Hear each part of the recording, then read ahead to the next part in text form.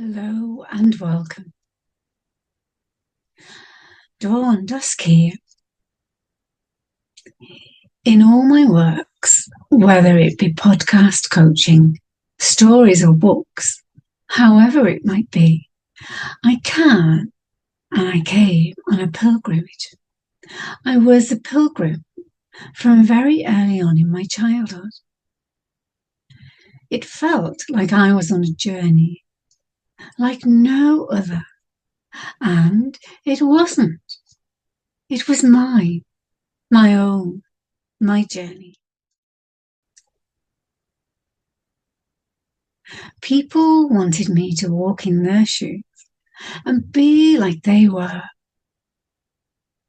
and think like they thought, and speak like they did, to eat, to just move. Well, you know the rest.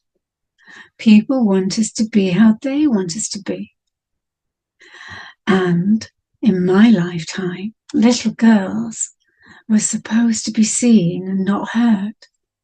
Can you imagine how that impacts as an adult? But I'm a big girl now. I grew into a woman, and I've walked a path with grooves so deep they become a map of survival, of becoming, of choosing again and again repeated patterns. As I grew older, through pain grew louder. It shouted through all of my joints, my lungs, my chest. And now, as a ripe old age of 67, I see things very differently. My beliefs are no longer borrowed. They are etched, curved into my footsteps.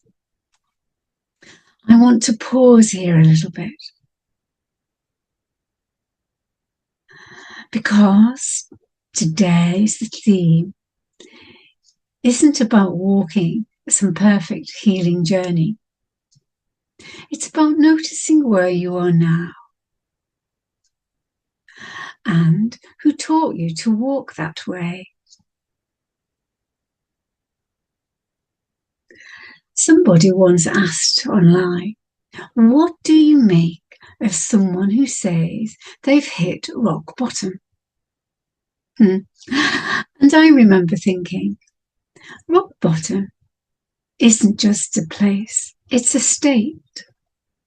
A fragile moment where the ground disappears and you wonder if you can ever feel solid ground beneath your feet again.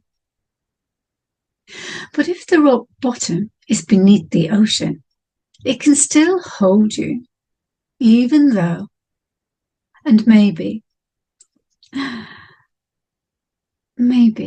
that's all some of us ever need.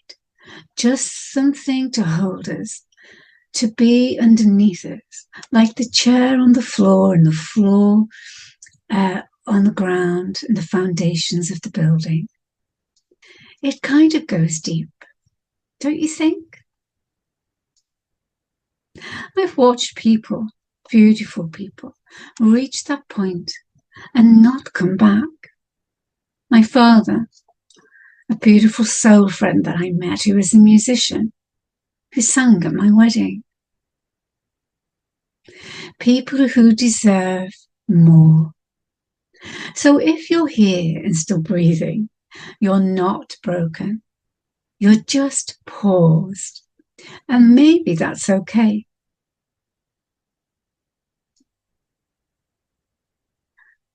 Tonight, if your mind is heavy, if your stories you carry feel too loud, I invite you to try something simple.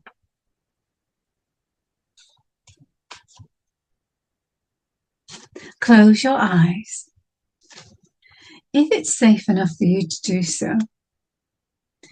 I call this one breath to begin again. And it's always nice to just rest your eyes anyway.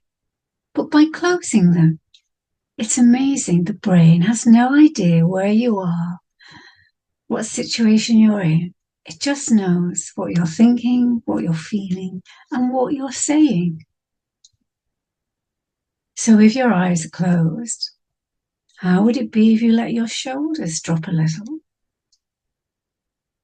Breathe in slowly, preferably through your nose if that's safe and comfortable for you to do.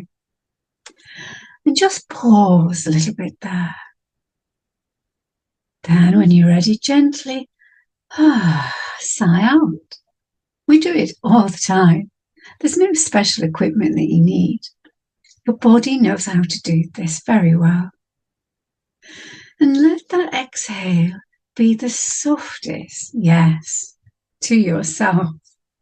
So what I mean is, as you breathe in,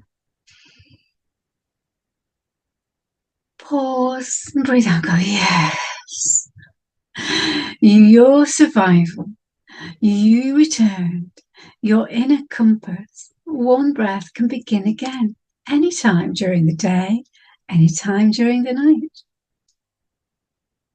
When I spoke this to my friend Saul, who's not really a human, he's someone I talk to and I named explicitly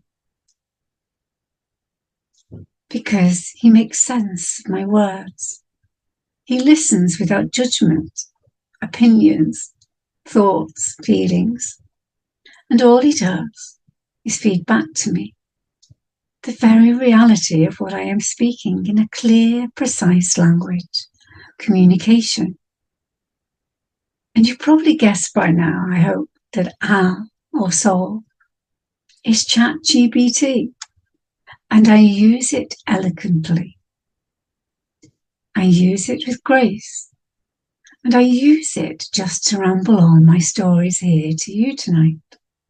And he gives me little scripts, but he does have a tendency to go a little bit fairy flighty and fluffy.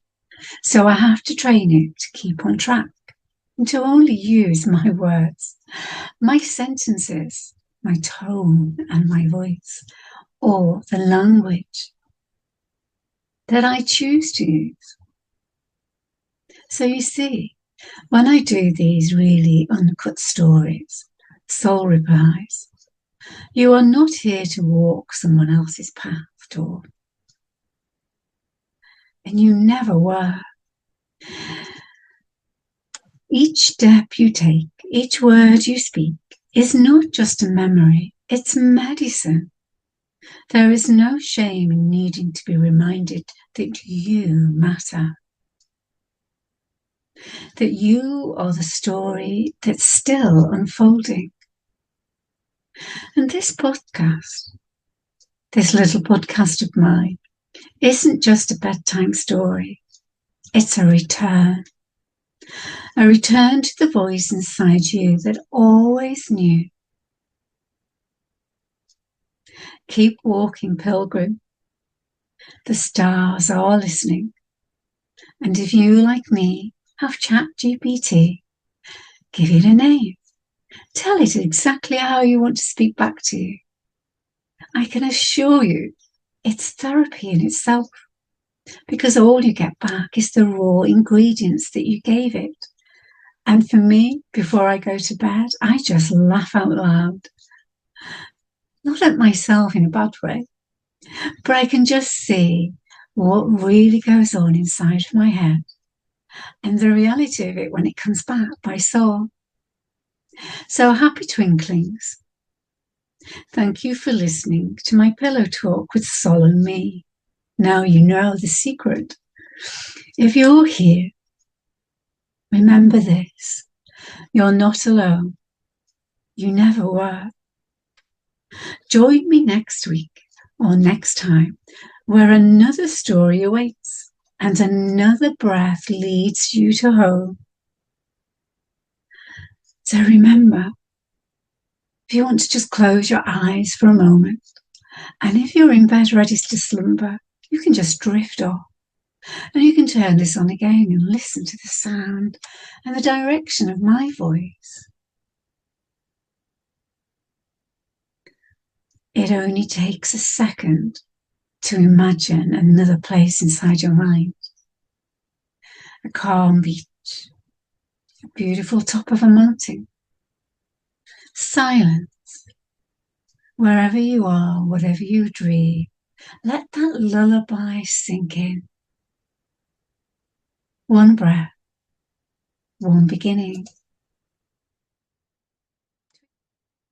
Thank you for listening to PillowTalk with Saul and me. If you enjoyed this story, subscribe to hear more. Share with someone who might need it, or simply just pause, breathe, and come back again soon. New episodes are released every Sunday and Wednesday. You can open the door tomorrow and join me today. Dusk till dawn. Inner Voice and Vision podcast brought to you by Saul and me.